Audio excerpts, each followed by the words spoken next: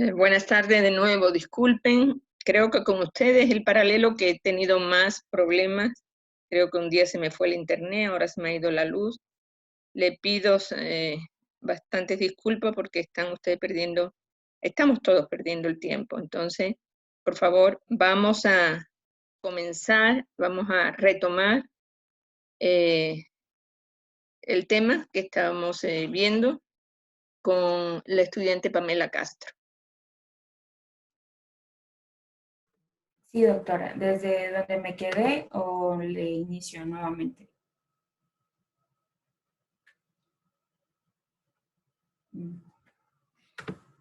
Ya. Bueno, voy a continuar en donde me había quedado, en el origen de la nacionalidad xiona. Arribaron en el siglo XVI desde el este a las tierras actuales, es decir, al nororiente del país, en la región amazónica. Cruzaron por el río Putumayo, que también se denomina Río de la Caña Brava. Es por ello que a los xiona se les llama también gente de la Caña Brava. Se lo conoce a las personas de esta nacionalidad con otros nombres, por ejemplo, el Quenquecoyo, encabellado o Bahuapay. Se les denomina encabellados porque en 1599, con la llegada de los jesuitas al Ecuador, pudieron observar que los sionas tenían un cabello largo y encrespado. Es por ello que les denominaron encabellados. El término siona se puede traducir hacia la huerta, debido a que viene de sio, que es huerta, y na, que significa hacia. La historia de los xiona es algo delicada, ya que han sido víctimas de maltrato y explotación, tanto en la época cauchera, que se dio la explotación del caucho, como en 1963, que se dio la explotación petrolera.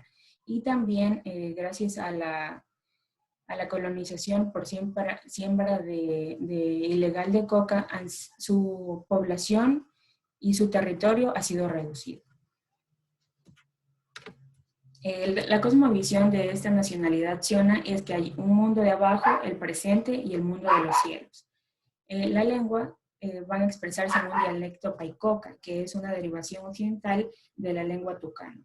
Es necesario mencionar que mantener este dialecto o la lengua de los xiona es muy importante para ellos, ya que se mantiene el pensamiento y la sabiduría de los abuelos, que se transmite de generación en generación.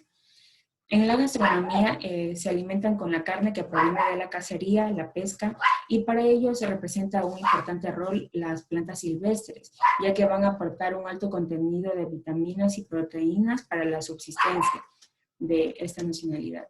Y también vamos a mencionar el casabe, que es lo que estamos observando aquí en la imagen, que se extrae de una variedad amarga de la yuca.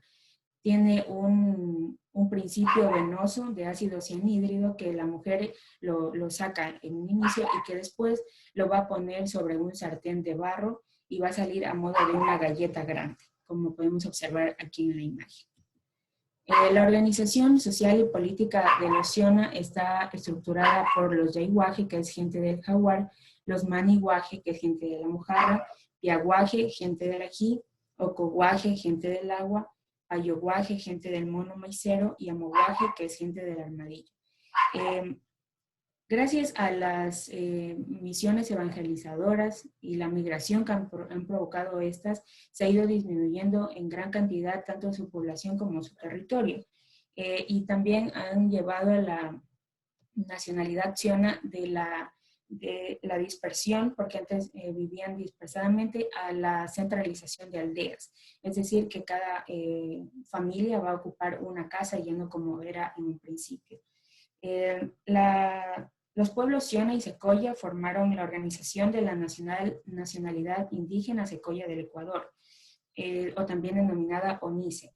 Pero posteriormente estas dos nacionalidades se dispersaron, entonces la nacionalidad xiona formó la organización de la nacionalidad xiona del Ecuador, conocida como ONICE, igual, pero sin una S, que pertenecía a la nacionalidad secoya. Y también son asociados con la CONAIE y con la CONFENAIE, que son otras asociaciones indígenas del Ecuador. vamos a tener que dentro de su organización social, la familia nuclear es la célula de la organización social y el cabildo sustenta la organización política, como ya lo mencioné anteriormente. Su vida familiar, vamos a tener que lo idóneo es escoger un compañero, hablando del matrimonio, lo idóneo es escoger un compañero que no esté en su línea patrilineal, o también relacionado íntimamente con los familiares de su madre. Las combinaciones de matrimonios de primos cruzados y semejantes no están permitidos en esta nacionalidad. Las viviendas van a tener una permanencia, un establecimiento parcial, es decir, que un tiempo pueden estar en una casa, en una vivienda, y en otro tiempo no.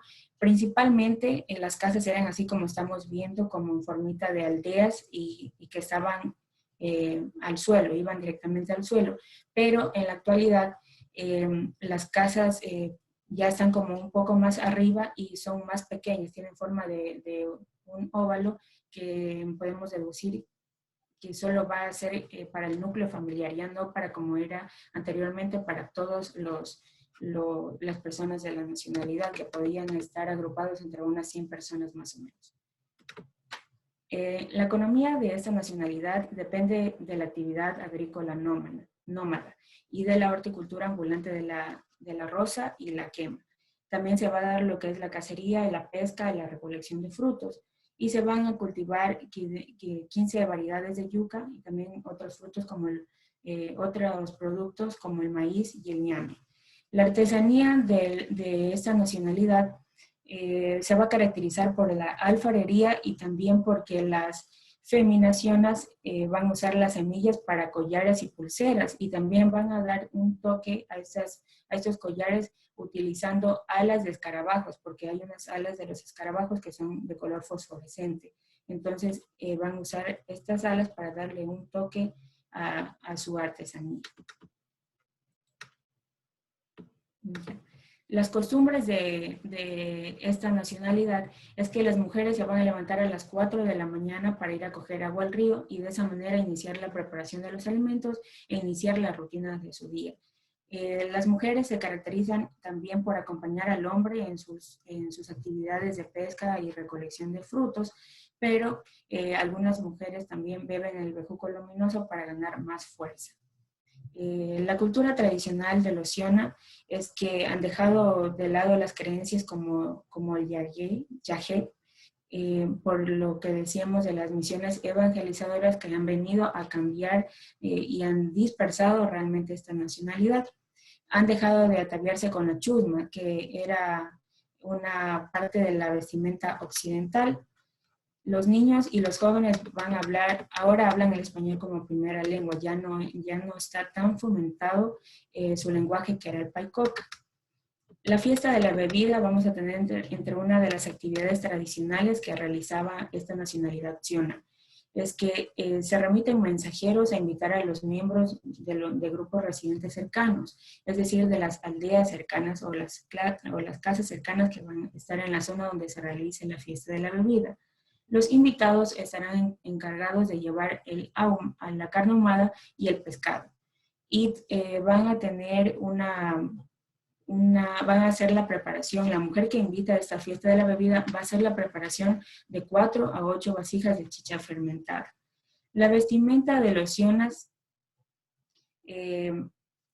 las mujeres van a usar un vestido acompañado de collares, faldas, de la nariguera, aretes y coronillas de semillas, como vemos en la imagen en la parte superior.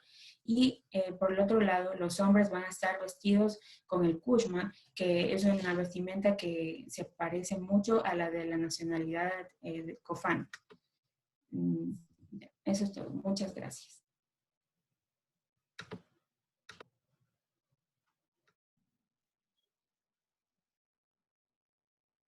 Siguiente, por favor. Buenas tardes, yo les voy a hablar sobre la cultura Guao o Guaorani. Ellos se encuentran ubicados principalmente en 3 provincias de la Amazonía ecuatoriana, que son en Pastaza, en el cantón Arajuno, en Napo, en la provincia, en el cantón Tena y en Orellana, en el cantón Orellana. Su población está conformada por aproximadamente 3.500 personas, según el último censo realizado en 2010. Su ubicación geográfica. Su ubicación geográfica constaba con aproximadamente 200.000 hectáreas anteriormente. Ahora, en la actualidad, ha perdido bastante territorio debido a la explotación petrolífica, y también les han quitado territorio porque están queriendo construir carreteras dentro de la selva. Su origen. No fue hasta 1950 en donde un grupo de misioneros evangelizadores estadounidenses llegaron hasta la selva ecuatoriana, y ellos dijeron que dentro de la selva se encontraba un grupo de indígenas que se llamaban guaraníes. Posteriormente se dio a conocer una mujer llamada Dayuma, que ella fue la primer representante de los guaraníes en darse a conocer hacia el mundo occidental. Ella fue la promotora y la que cuidó de las tierras y patrimonios de su cultura, debido a que el Estado ecuatoriano se los había quitado. Dayuma fue una mujer que en su adolescencia tuvo que ir de su tribu debido a que mataron a su papá. Ella en un enfrentamiento. Ella caminó adentrándose en la selva por aproximadamente 3 días, hasta que llegó a una hacienda de unos colonos quienes la esclavizaron y la pusieron a sembrar yuca y plátano, a criar animales y a cocinar. Luego ella se liberó y pudo ayudar a su pueblo originario. En su historia, ellos se denominan Guao, que significa la gente. Pero a ellos también, sus pueblos quichuas vecinos, lo denominan Auca, que significa salvaje, debido a que anteriormente, antes de que ellos se dieran a conocer, tuvieron algunos enfrentamientos en donde cada persona o grupo que se quería acercar a ellos los mataban, y por eso también les denominan caníbales, aunque ellos no se los comían. Cuenta la leyenda que los guaraníes son descendientes del cruce de un jaguar y un águila. Por eso ellos no cazan a estos animales. Vivían tradicionalmente como cazadores-recolectores y se ubicaban en pequeños asentamientos de un grupo de familias, pero posteriormente, debido a que estos misioneros los encontraron, trataron de asentarlos en un lugar más sedentario para poderlos evangelizar. Cosmovisión y espiritualidad. La cosmovisión de los guaos es que tanto el físico como el espíritu no hay diferencia entre ellos, y por eso dicen que los espíritus viven entre los hombres.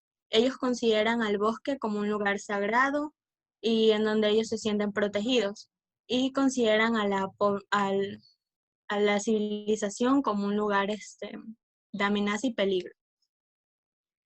Sus chamanes se identifican con los jaguares, y ellos dicen que pueden, como convirtiéndose en jaguares, como teletransportarse y hablar con chamanes del pasado y del futuro e intercambiar ideas. En su mayoría son católicos, ya que se les impartió el cristianismo,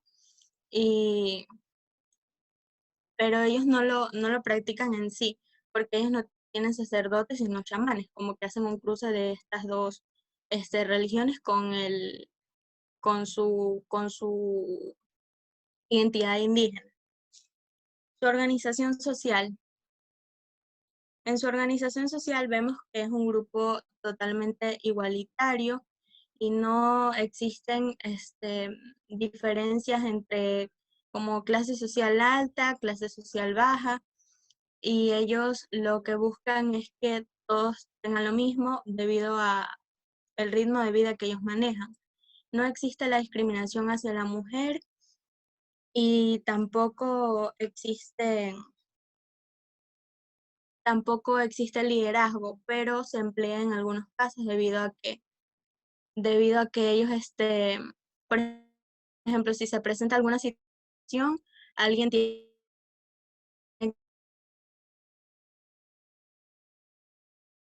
que asumir posteriormente básica, tradicional o nanicabo, en donde viven, que es el lugar donde van a convivir varias familias en un mismo techo llamado maloca. Y esto, cada grupo familiar es independiente y van a ser dirigidos por un anciano o anciana, o anciano o anciana. En su vivienda, sus viviendas, como son cazadores seminómadas, tienen como una vivienda tradicional en donde solamente tienen como un techo y no buscan algo como que grande, sino que lo utilizan solo en caso de peligro o cuando sus recursos están disminuyendo. La vivienda se llama el onca, donde pueden tener utensilios domésticos, pueden tener leña, agua y comida. Y lo utilizan solamente en caso de refugios. Luego en la lengua, ellos hablan el idioma guao, que lo han considerado como un idioma único en el mundo, ya que no tiene como relación con otro idioma. La vestimenta. Y también hablan algo de español debido a que ellos también se les enseña en las escuelas. Ya los niños están empezando a ir a las escuelas y a ellos se les enseña un poco español, por eso ya ellos van como enseñándole a sus padres. Vestimenta. Al estar alejados de la sociedad, ellos permanecen desnudos y las mujeres solamente utilizan algo como un tipo falda en la cintura que está como amarrado y esos son en su mayor parte construidos con la corteza de árboles y utilizan bastante lo que son las plumas de los animales para hacerse como así, cintillos. Sus costumbres.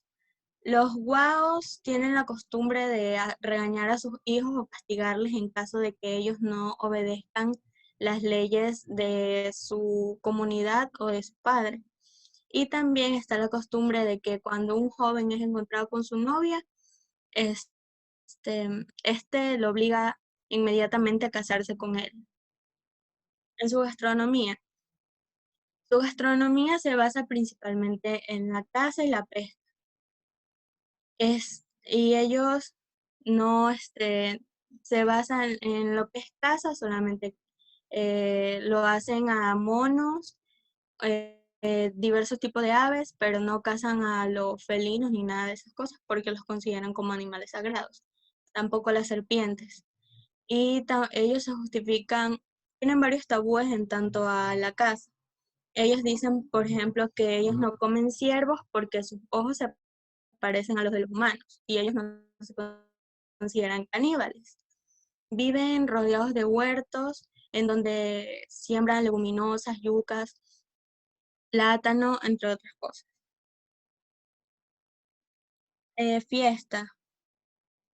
La fiesta es un motivo para beber con felicidad, cantar y bailar, y estas se celebran cada vez que hay abundancia en productos. Cada vez que hay una fiesta, las personas acostumbran a llegar a esta con diferentes productos como artesanías, collares o productos alimenticios como por ejemplo yuca, plátano o peces. Su economía es de subsistencia y por lo general solamente son cazadores y recolectores y recolectan frutos, pero pocos son los que tienen como convivencia con un mercado para que ellos puedan tener como ingresos.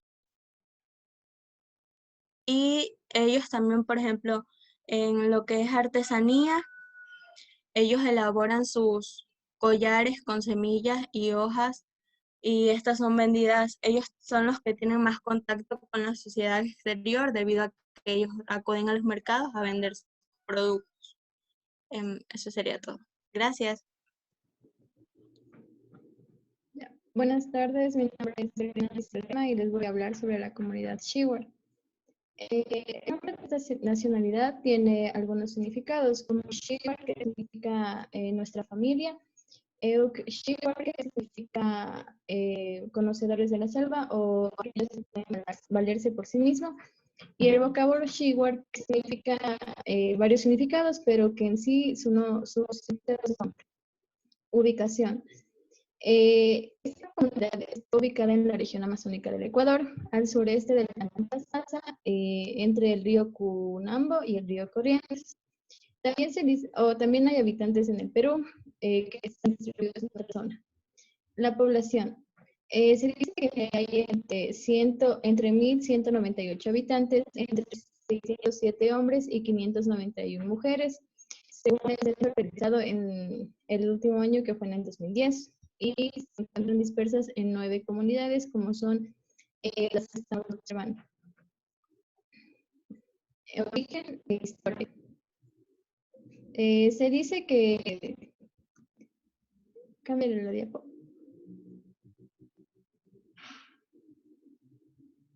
Bueno, el origen e historia. Se dice que su primer contacto con el mundo occidental fue en el año de 1941, entre la guerra del Ecuador y del Perú, pero en el protocolo de Río de Janeiro se puso fin a su conflicto y se dividió el territorio en dos, es decir, una en Ecuador y otra en Perú, y al igual que su decoración y su casa. También comparten características como los Shuar y los Shuar de la Amazonía. Cosmovisión y espiritualidad. Según la creencia de los Shiwar, los espíritus se encuentran en muchas partes. Puede ser en el bosque, en las chacras, en los ríos, en las lagunas. Cada aspecto de la vida Shiwar tiene su propio espíritu y ellos lo cantan con alabanzas. También se dice que su canto fortalece la relación con los espíritus y garantiza una buena vida para su familia. Entre los espíritus que ellos creen tenemos al Arutam, que es el dios supremo de los Shiwar, el cual se encarga de la vida de la selva y puede conceder favores a la gente. El Amasaj, que es el dios supremo de los Shiwar. El Tusu, que es el dios que vive en el agua, y se dice que este se encuentra en los ríos. Y también el pueblo Shiwar pide abundante paz para la comunidad. También los chamanes son hombres que tienen un gran contacto con el mundo espiritual. También logran mediante una serie de tomar como es comunicarse con diferentes espíritus, y también tienen la capacidad de interpretar los sueños. También se dice que después de sus rituales, los chamanes tienen que ayunar y también tienen que guardar organización social. Su organización social es la Onshipari, también llamada Organización de la Nacionalidad Shiwar, en la Amazonía ecuatoriana, lo cual trabaja con alianza con la Pachamama. Y también los Shiwar, la comunidad Shiwar, por medio del ecoturismo, genera fondos para financiar su lucha. La vivienda. Los Shiwar viven en casas ovales, cuyo techo está hecho de las superpuestas. También a los lados paredes, y así los techos pueden proteger para así no correr no ser aplastados. También tienen paredes temporales hechas más grandes cuando el peligro está cerca, y también tienen abundantes fuera de su casa. Por otro lado, también el tamaño de las casas juega un papel fundamental en el hombre, ya que se dice que mientras más grande sea su casa, el hombre será considerado como un yun, o también que en español significa un gran hombre. La lengua principal de los Shiwar es el Chicham, o Ashar, que está emparentado con otras lenguas, pero también generaciones más jóvenes actualmente son trilingües, ya que usan el Shiwar, el Chicham y el Quichua, y algunos hablan el castellano. La vestimenta. La forma tradicional de vestir del hombre era algo llamado la cual consiste en una prenda de una sola pieza y es ceñida a la cintura. Mientras tanto, en el caso de las mujeres, llevan algo llamado pambañí, lo cual, de alguna forma, es una prenda de una sola pieza y está sujeta a la cintura. Aunque en la actualidad ha sufrido un poco de transformaciones, pero siguen manteniéndose los accesorios tradicionales, como son el uso del achote y el caragüey, que es un tradición. Costumbres y tradiciones. Se dice que beber guayusa, que es el nombre de la planta aromática y medicinal, dice que sus hojas tienen cafeína y se considera medicinal. Y también se dice que es un estimulante nervioso. También el chamán en la cultura amazónica tiene un papel muy fundamental y diferente en su comunidad. Es considerado el miembro más viejo de la comunidad y el líder espiritual. También hacer chicha.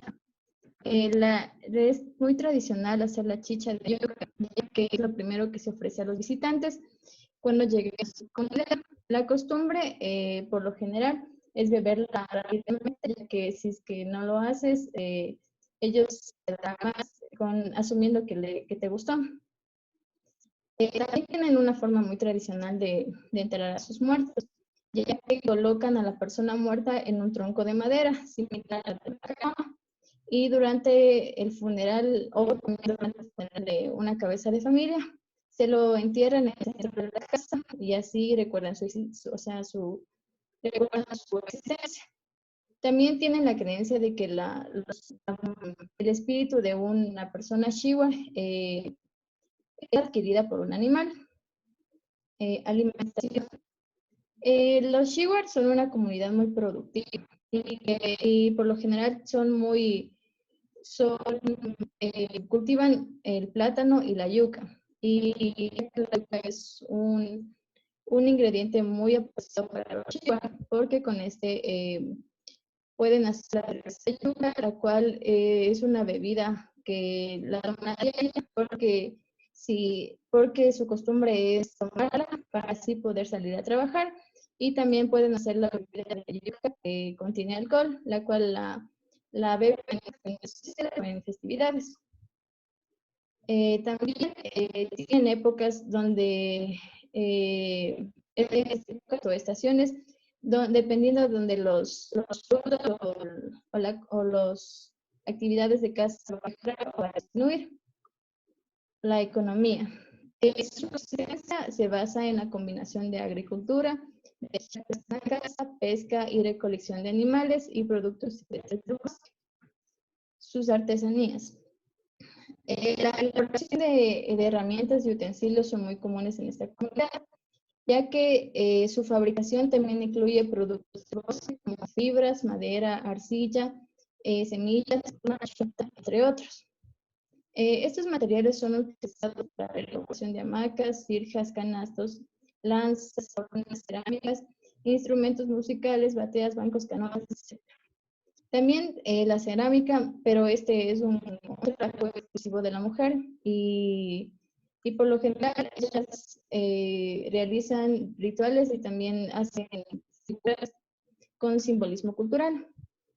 También estos son utilizados en festividades por los hombres o por niñas y lo que suelen usar ellos son dibujos pasteles, collares, coronas, pulseras, entre otras. Gracias. Yo les voy a hablar sobre la nacionalidad zápara. Siguiente. La ubicación. Ellos se encuentran ubicados entre los ríos de Conambo, Pindoyacu y Curaray, en la provincia de Pastaza. Actualmente el territorio de la nacionalidad zápara está integrado por 4 comunidades: la Mazaramu, Yanchamacocha, Yandiayacu y Cuyachoca, con un total de 54.250 hectáreas. La población actual se estima que es entre unos 200 záparas. El idioma que ellos utilizan es el záparo, que corresponde a la familia lingüística záparo.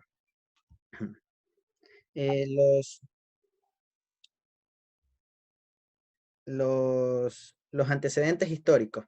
La nacionalidad zápara es una de las más numerosas a principios del siglo XX en la región amazónica ecuatoriana, con cerca de 20.000 miembros según crónicas de la época.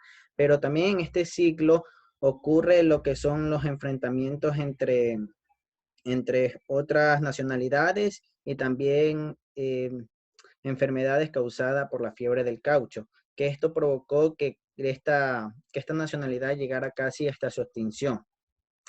En este ciclo hubo una de las masacres más grandes en la que muchas nacionalidades se perdieron y otras quedaron muy reducidas.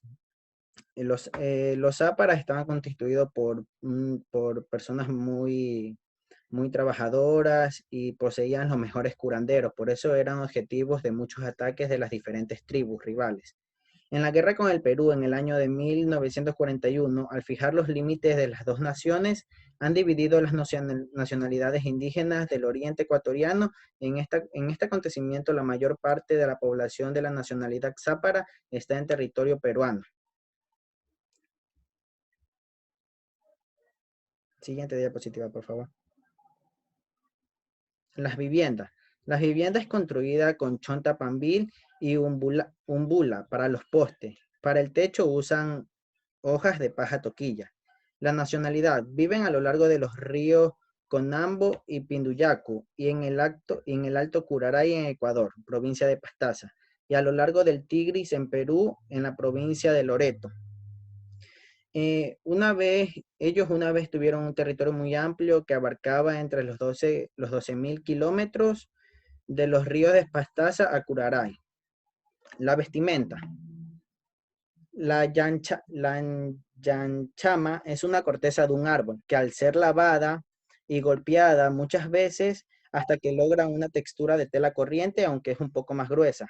Cuando la textura de la tela es un poco más gruesa, una vez confeccionada, es coloreada y adornada con diseños en rojo, negro y azul. En algunos hombres también tienen por costumbre llevar en las orejas unos aros de fibras naturales duras llamados toachi. La gastronomía. Tradicionalmente los záparos comen muchas frutas locales. La verdura más importante ha sido el palmito durante mucho tiempo. Ellos con lanzas salen a lo que es la pesca y con un soplete con flechas de bambú salen a lo que sería la cacería. Las artesanías. Su artesanía se caracteriza por el uso casi exclusivo de materias primas de la selva. Entre los muchos utensilios se puede mencionar espadas y cuchillos de chonta, navajas de guadúa e incisios de guanta para trabajar en la chonta. Otras artesanías también son los canastos ashanga y los canastos impermeables. Su economía es de subsistencia basada en el manejo de chacras itinerantes, de acuerdo con las necesidades de cada familia, complementando su dieta balanceada de caza y pesca de recolección. También sus principales productos son la yuca, el plátano y la chonta. Sus fiestas y costumbres. Ellos celebran una fiesta llamada Acamaru. Esta está orientada a festejar los ciclos reproductivos de la selva y sus riquezas. La fiesta del Acamaru, o también conocido como el Mono Gordo, es una conmemoración ancestral de la nacionalidad zápara que se desarrolla en mayo de cada año. Su costumbre. Ellos utilizan frecuentemente lo que es el tabaco para ciertos tratamientos de índole físico y espiritual. Existen aún las parteras, los chamanes, los curanderos, los conectores del poder curativo de la selva y de sus aplicaciones en la nacionalidad zápara. Gracias.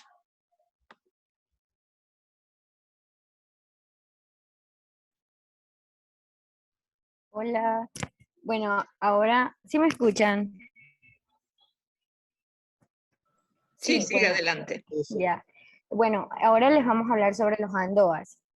Los andoas, bueno, su ubicación territorial, estos están ubicados en lo que es la provincia de Pastaza, en la parroquia de Montalvo, a 45 minutos del Chad, agrupados en 4 comunidades. La comunidad Montalvo, Yantacayacu, Morete de Playa y El Pacayacu. en las riberas de unas de las cuencas hídricas más importantes que tiene Pastaza, como es el río de Bombanazo, en el límite internacional con Perú, donde se une al Pidoyacu y forman el Tigre. La población actual. Se estima una población de 800, o se estimaba una población de 800 indígenas según datos del PROAño. Hoy en día viven un total de 2.464 habitantes en 66.348 hectáreas que representan todo el territorio Andoa en Pastaza. Siguiente diapositiva. Origen e historia. Es un pueblo amerindio de la Amazonía que habita entre lo que es Ecuador y Perú. Los andoas sobrevivieron escondiéndose en medio de la espesa selva desde hace más ya de 500 años. Hace 45 años vivían en comunión en su entorno, sus mitos y creencias, hasta que llegaron los jesuitas, franciscanos y dominicios con sus misiones de evangelización y comienza lo que es la sedentarización. Desde entonces, la nación andoa ve su afinidad étnica divina y estos son obligados a aprender lo que es la lengua quichua, impuesta como una manera de comunicación. Más adelante llegaron los explotadores de árboles, de cauchos, y estos los obligaron a trabajar a ellos. A pesar de esto, lo que los grupos andoas ellos se empeñaban intensamente para salvar lo que era su cultura y retomarla. Agregado a esto, llegó lo que es la colonización, y esto trajo consigo a las nacionalidades, enfermedades no conocidas en ese entonces, como son el sarampión, el paludismo y la fiebre amarilla. La población comienza a diezmarse a partir de ello, inclusive poniendo en riesgo su vida como nacionalidad. En 1941, la guerra separó su territorio, ya que los ejércitos ecuatorianos y peruanos establecieron una frontera que desegregó a muchas familias al quedar del otro lado de la nueva frontera política internacional, algo que los andoas rechazaron. A los andoas se los reconoce como una cultura rica en sabiduría ancestral, y se les piensa como un pueblo fuerte y resistente, ya que ellos se han mantenido al pie a pesar del olvido de la historia. Siguiente diapositiva. Origen social. El modo organizativo básico de los andoas es la familia extendida. La función de las familias constituye las comunidades. Sus líderes máximos se dirigen y son seleccionados mediante votaciones de la Asamblea del Pueblo, donde participan delegados de los centros con sus correspondientes presidentes. La base de la familia es el padre, ya que él figura como la fuerza, y la madre tiene un papel muy destacado, que es la responsable de la charca, la cosecha, de elaborar lo que es la chicha y cocinar. Además, ella es la base espiritual dentro del grupo parental. En las colectividades andoas no hay un tipo de educación regular, por ello los padres son los encargados de legar a sus hijos sus conocimientos. En la cultura andoa es típico que los padres concedan a sus hijas al llegar a los 12, entre los 12 y 14 años, para solicitud de la mano del novio. Para la solicitud de la mano, el novio debe dotar con bienes a la familia de la novia. La vivienda. Pues la vivienda andoa, esta tiene una estructura ovalada, y esto significa pertinencia de la vida, y esta apunta hacia el este y hacia el oeste, ya que es la ruta seguida por el sol, y es que en ellos han de proseguir, ya que dicen que ahí está dicha suprema. La lengua. El dialecto Andoa Ximigae igual se conoce como Andoa, y esta es parte de la genealogía lingüística de los Zapara. La lengua se encuentra prácticamente desaparecida, o en su cantidad de hablantes es muy pequeño, y los andoas fueron reconocidos hace poco como una colectividad con una lengua propia y costumbres propias. Andoa significa hombre que habita y protege a la selva.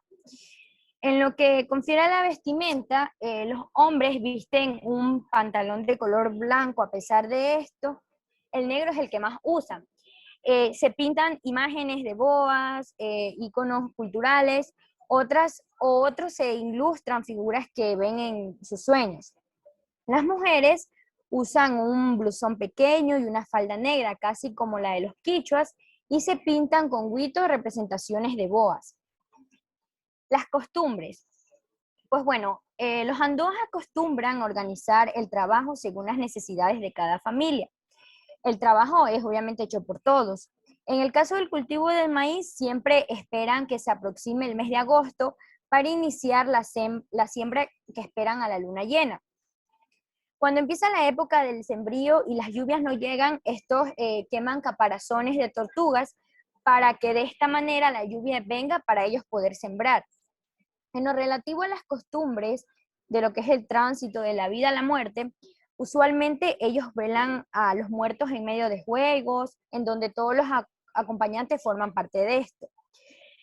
Cuando una persona fallece, ellos los envuelven en guadas y lo atan en la parte más alta de la casa y luego lo dejan ahí para que el espíritu familiar del fallecido viva por siempre junto al sol en esa casa.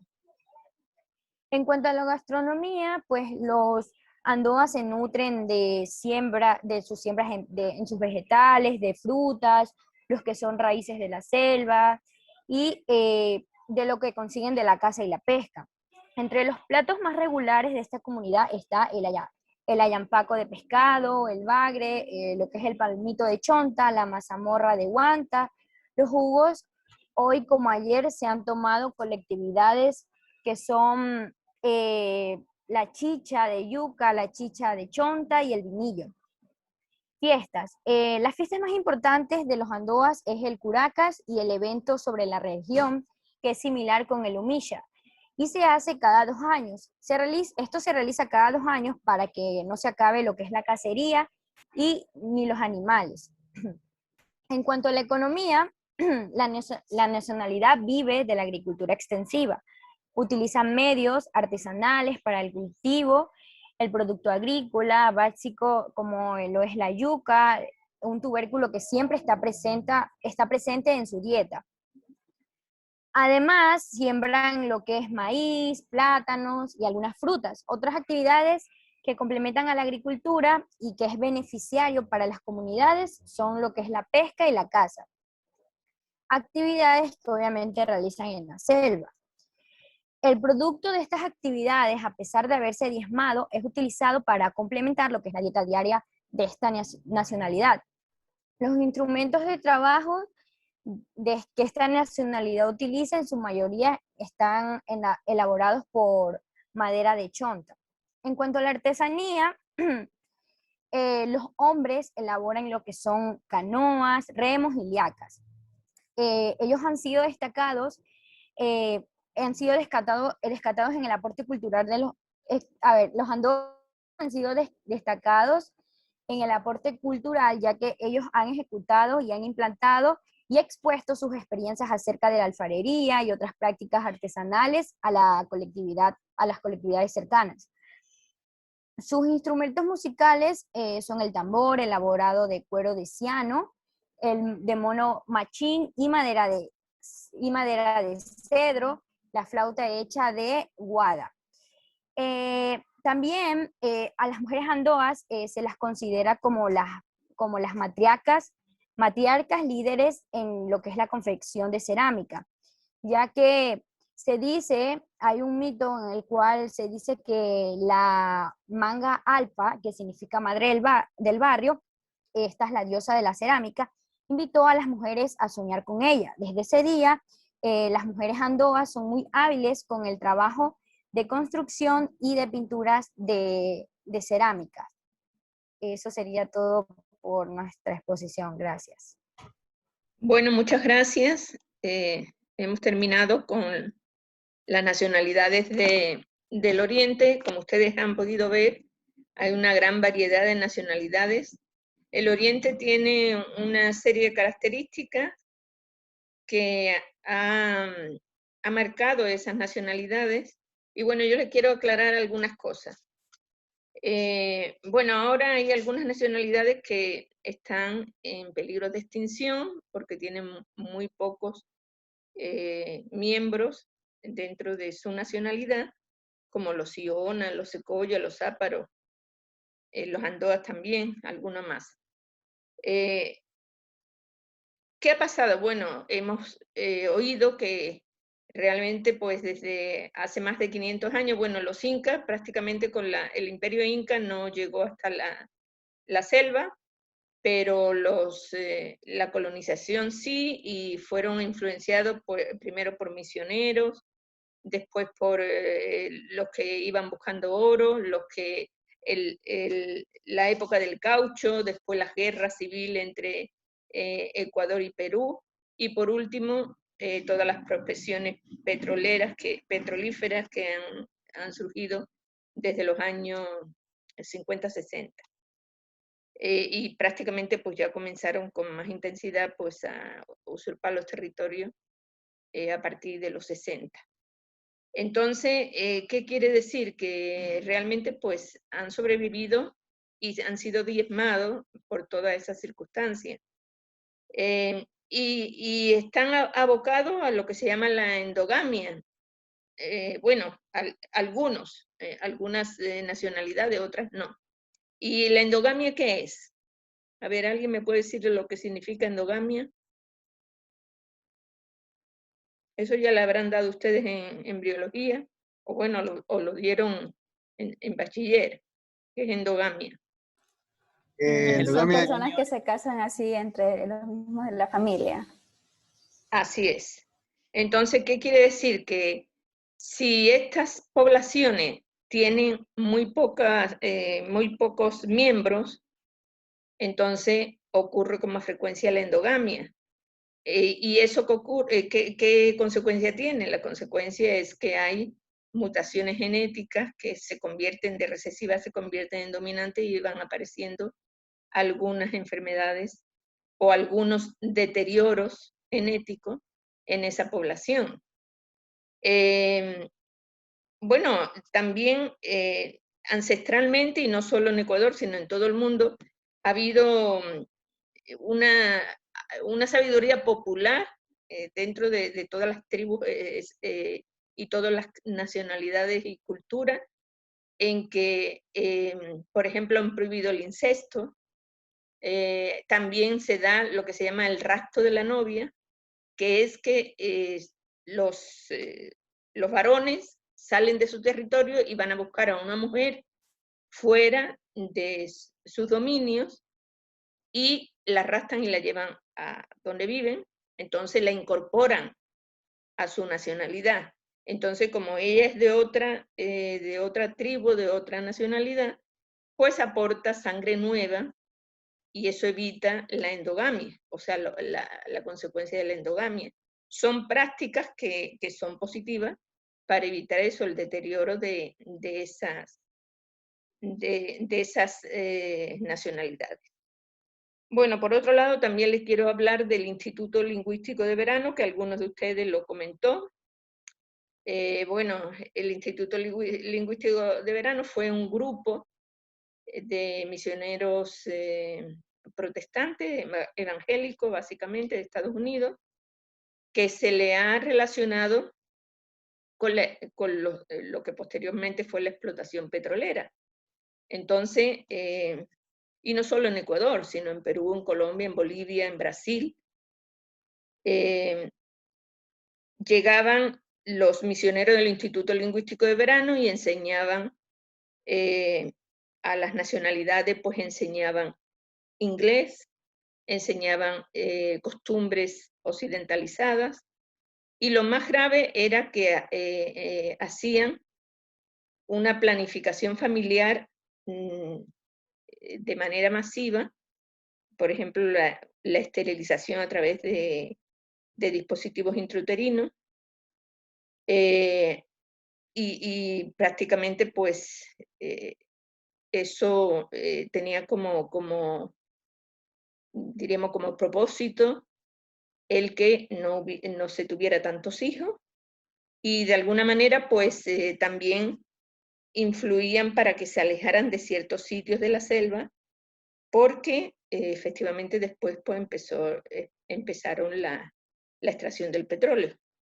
Entonces aquí en el Ecuador pues sí hubo, por ejemplo, en 1950 llegaron los primeros, pero después en el 60 llegaron más, en el 70, y en 1980 fueron sacados del país. O sea, algunas nacionalidades indígenas que ya estaban organizadas lograron sacarlos del país. Esto no ocurrió solo en Ecuador, también sacaron a muchos del Instituto Lingüístico de Verano en Brasil, en Perú. Entonces parece que sí tenían una influencia efectiva para que todas esas personas que vivían cerca de la fuente de petróleo, pues de alguna manera fueran esterilizadas para que no hubiera mucha población. Bueno, por otro lado también quería decirle algo sobre los huauroni.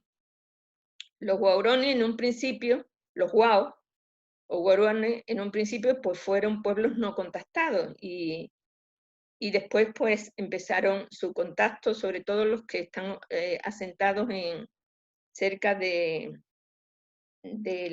la ciudad de Coca, que es en la ribera del río Napo, y hubo ahí un obispo, el obispo Alejandro Lavaca, que estuvo como 20 años por ahí, era un obispo español, que se puso en contacto con los huauroni, aprendió su lengua, les ayudó bastante. Les ayudó en el sentido, bueno, obviamente les aculturizó, porque eso es lo malo de un acercamiento con tribus que tienen unas costumbres, y si se acercan los occidentales, pues de alguna manera existe la aculturación, pero les ayudó a que hubiera una relación entre otras nacionalidades, como con los quichua y con otras nacionalidades, y también crearon escuela y todo lo demás. Pero este obispo en el año 1987 quiso también acercarse a diríamos una tribu que tenía un parentesco con los huauroni, que son los tagaeri. Estos tagaeri hasta ahora están no contactados, y ya hicieron un primer acercamiento, pero hay que decir que en la zona donde viven los tagaeris y los huauroni es la zona donde ha habido más explotación petrolera en el Ecuador. Entonces, ha habido muchas tensiones, ha habido muchos conflictos, precisamente porque la han ido desplazando de sus tierras. Entonces, Alejandro Lavaca quiso mediar y hacer que hubiera una buena relación entre estos funcionarios petroleros con la nacionalidad, y concertar diríamos, un encuentro, y en ese encuentro fue asesinado junto con una monja. Y bueno, fue lanceado, el cuerpo se encontró con unas 10 o 12 lanzas, y dice que había un médico también misioneros capuchinos eran ellos, que preparó el cuerpo para, creo que lo repatriaron, y preparó el cuerpo, y él dijo que había 160 orificios de las lanzas de los tagaeri en el cuerpo de este obispo. Entonces eso fue como una situación bastante extrema, porque él iba a ayudarles, y al final pues resultaron muertos. Y es producto de todo ese conflicto que hay en la Amazonía. Bueno, eso es lo que les puedo decir. A pesar de todo, pues siguen estando ahí las nacionalidades, siguen permaneciendo sus costumbres, y a pesar de todas estas circunstancias, pues es destacable cómo realmente pues persiste estas distintas culturas, ¿no? Muy bien, entonces ahora vamos al segundo tema, que sería afrodescendiente.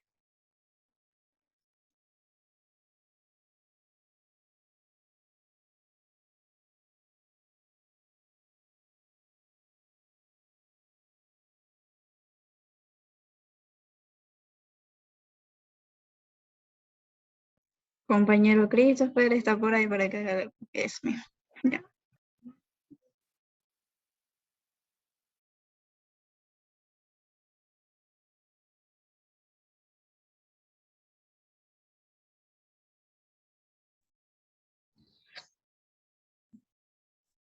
Y así se me escucha, ¿sí?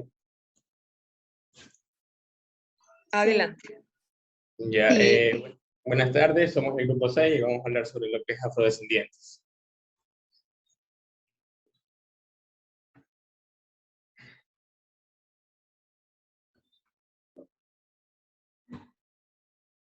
Ya, la ubicación territorial, el origen.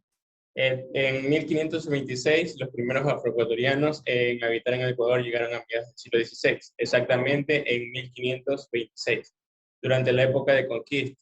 Los jesuitas importaron esclavos africanos a las costas ecuatorianas a trabajar en plantaciones y minas.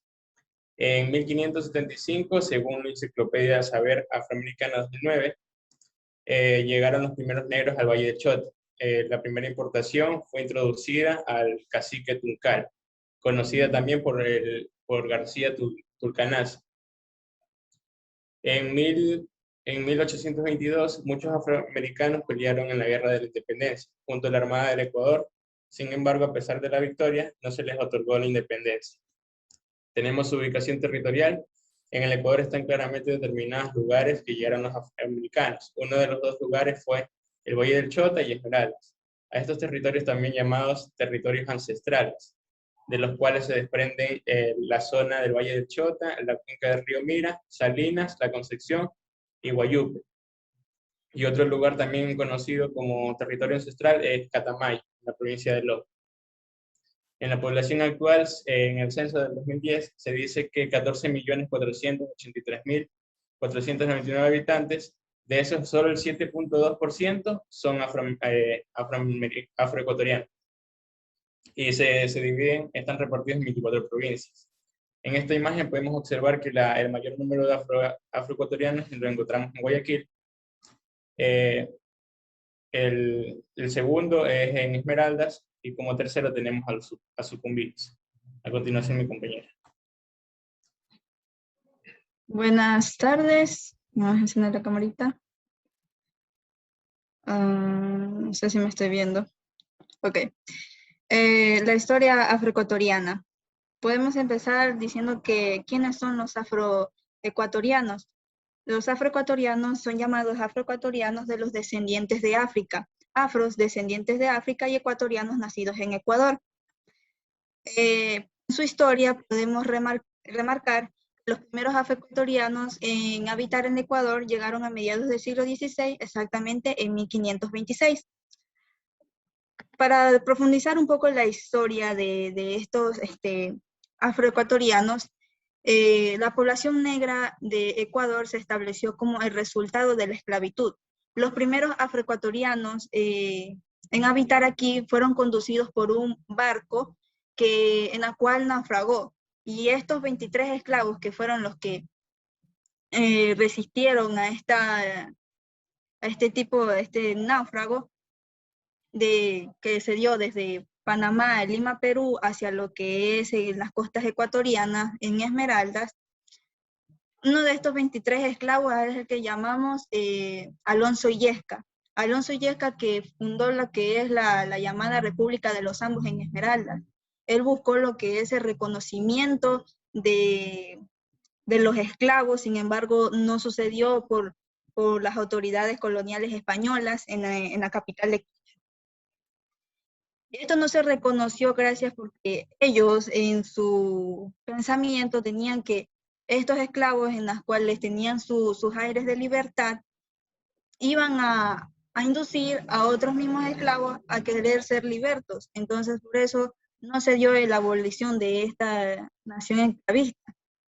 Poco tiempo después, en el interior del reino de Quito, los jesuitas fueron haciendo varias haciendas de explotación agrícola y ganadera para abastecer en lo que son los colegios y conventos. Algunas de estas haciendas más importantes se establecieron en la zona del Cuangue, que es hoy conocida como el Valle del Chota. Los jesuitas fueron expulsados gracias a que estos africanos tenían una manera de explotarlos de maneras inhumanas, no dándoles los recursos, ni siquiera la alimentación necesaria, que se dio en 1767, como ya lo habíamos visto. Y estos esclavos, en los cuales tenían a sus jesuitas, a sus amos, se los dieron a otros individuos, incluso al propio rey de España.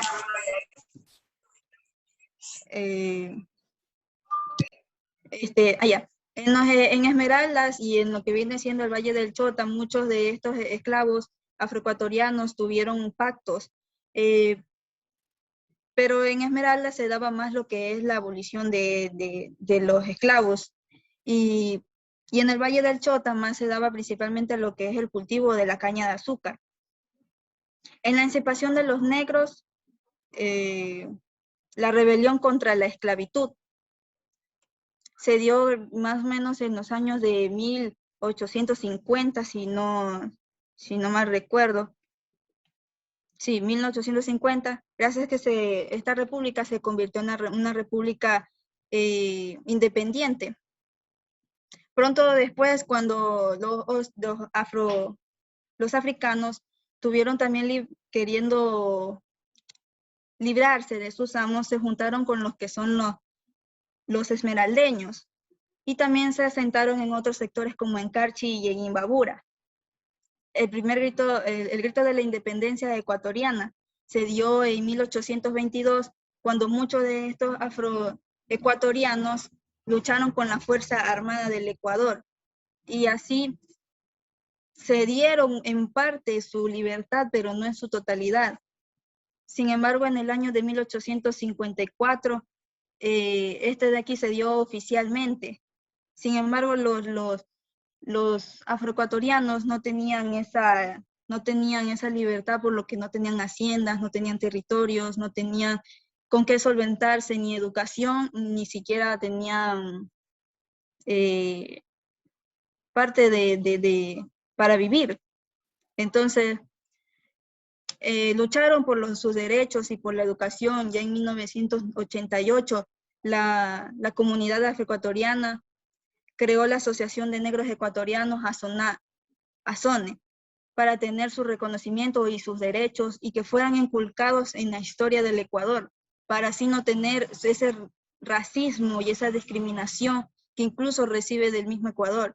Ya en los años 20 fue que el Ecuador se conoció como un país multiétnico y pluriculturalidad, en la cual ya los afroecuatorianos, incluso en Esmeraldas, ya pueden tener su propia hacienda, su propia vivienda, su propio negocio y su propio dinero. Puedes avanzar incluso ahí. La espiritualidad y la cosmovisión.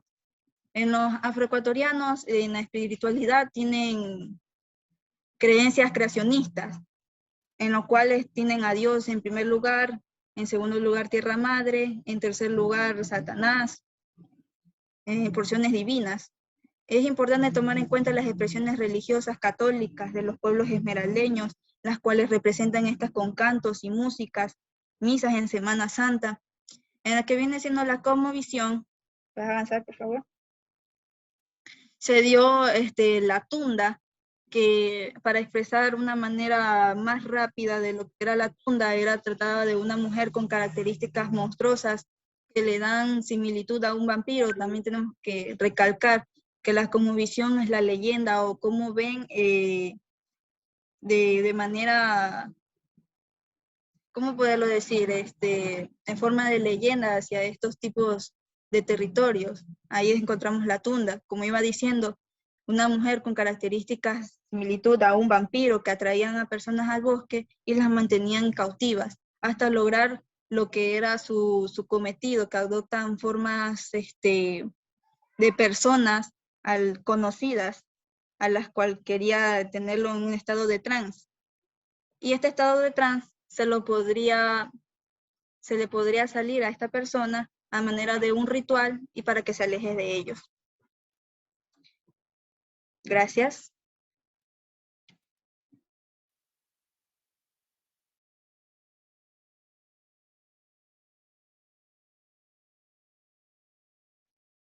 Siguiente, por favor. Buenas tardes. Respecto a lo que es la organización social, pues se dice que es un grupo totalmente igualitario. En sí no existe ningún tipo de discriminación, se podría decir. Siguiente, por favor.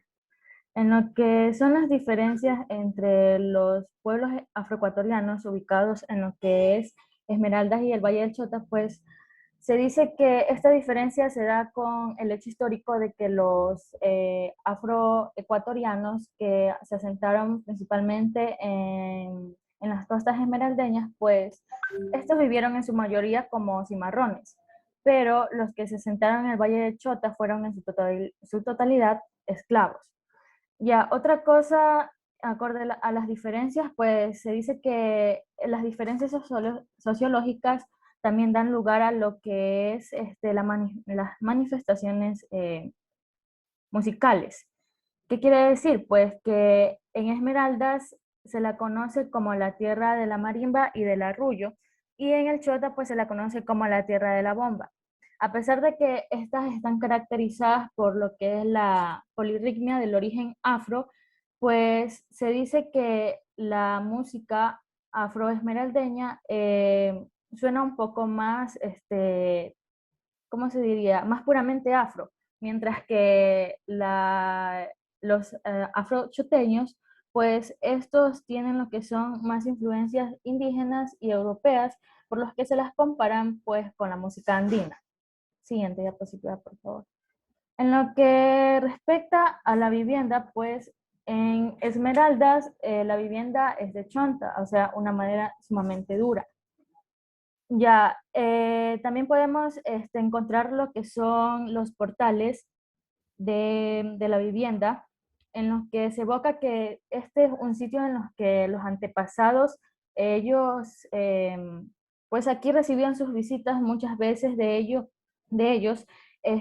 contaban cuentos. También esta vivienda cuenta con una amplia habitación, pues esta nos muestra cómo los ancestros, los adultos, pues ellos privilegiaban muchos espacios. Uno de estos, como ya les dije, es lo que es la amplia sala, pues estas la cogían sobre todo para lo que eran reuniones o para hacer sus fiestas al ritmo de la marimba, o para celebrar algún tipo de fiestas o reuniones especiales. Un poco al fondo también de esta vivienda pues se encontraba un pequeño rincón en lo que se decía que era para los niños, ya que estos los cogían para hacer algún tipo de conversatorios con aquellos o para también lo que era la enseñanza que ellos impartían. También se dice que las camas eran de madera, pues también tenían lo que era un colchón de fibra natural, que esto pues era elaborado por los propios medios que ellos tenían ahí mismo. En lo que concierne al Valle del Chota, la siguiente, la vivienda pues eran elaboradas con materiales propios de la zona. Unas de esas era el barro, otras las raíces de camote, y por último son la paja extraída de la caña, que esta como actualmente es utilizada como la principal la cosecha que se cultiva en la actualidad aquí en el Valle del Chota. Ya, siguiente. Eso es todo. Vestimentas, costumbres y gastronomía. Siguiente, por favor. En lo que es la vestimenta, podemos hablar que los afrodescendientes siempre se han destacado por usar colores muy fuertes, muy llamativos. Las mujeres siempre tienen la costumbre de usar faldas largas y blusas y también un turbante. En cambio, en los varones usan pantalones tipo pescador y camisetas llamativas. Costumbres. Existen los arrullos, que estos tienen la costumbre de cantarlos o de hacerlos cuando son divinidades a la Virgen o alguna celebración, incluso para el nacimiento del Cristo. También se pueden usar para cuando fallece un niño. pero en cambio cuando fallece un adulto se hacen alabados en camino. En la gastronomía, existen técnicas y utensilios. Las técnicas que se usaban para conservar las carnes, las comunidades cogían y las cortaban en trozos y estas las envolvían ya salsadas, o sea, con sal, y las alzaban en las tulpas. Y estas, a medida de que ya iban necesitando, iban recogiendo para así poder tener alimento conservado para lo que concierne de las etapas de ellos. En cambio, los utensilios, los más usados para preparar las comidas y bebidas de estas comunidades es el armero, que es tipo de tamiz, y también las angaras y el chamate, que es tipo de sambo. Este también es puro ideal para recolectar el agua. Una de las comidas más usadas o más preparadas en los afrodescendientes es el guandul con yuca, la sopa de canguil, el dulce de guayaba, el guisado de yuca, el caldo de camote de sal y de dulce. En lo que es la gastronomía siempre se han destacado los afrodescendientes con lo que son las comidas saladas, especialmente con la yuca. Gracias.